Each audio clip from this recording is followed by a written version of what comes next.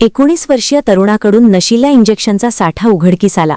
संशयावरून ताब्यात घेण्यात आलेल्या समर्थ दत्तात्रय चौगुले वय 19 राहणार विवेकानंद नगर कोरोची याच्याकडून मेफेंटरमाइन सल्फेट या नशिल्या इंजेक्शनच्या तब्बल 100 बाटल्या हस्तगत करण्यात आल्या आहेत।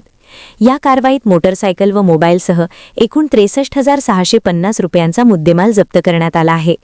ही घटना 26 जानेवारी रोजी रात्री पंचगंगा नदी परिसरातील स्मशानभूमीच्या आसपास करण्यात आली।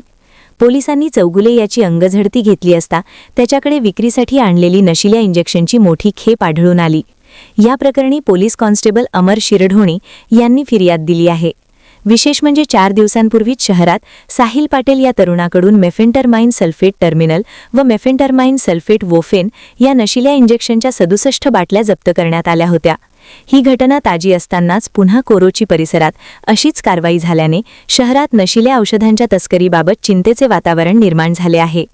दरम्यान संशयित आरोपीला न्यायालयात हजर केले असता न्यायालयाने त्याला 2 दिवसांची पोलीस कोठडी सुनावली असून पुढील तपास सुरू आहे।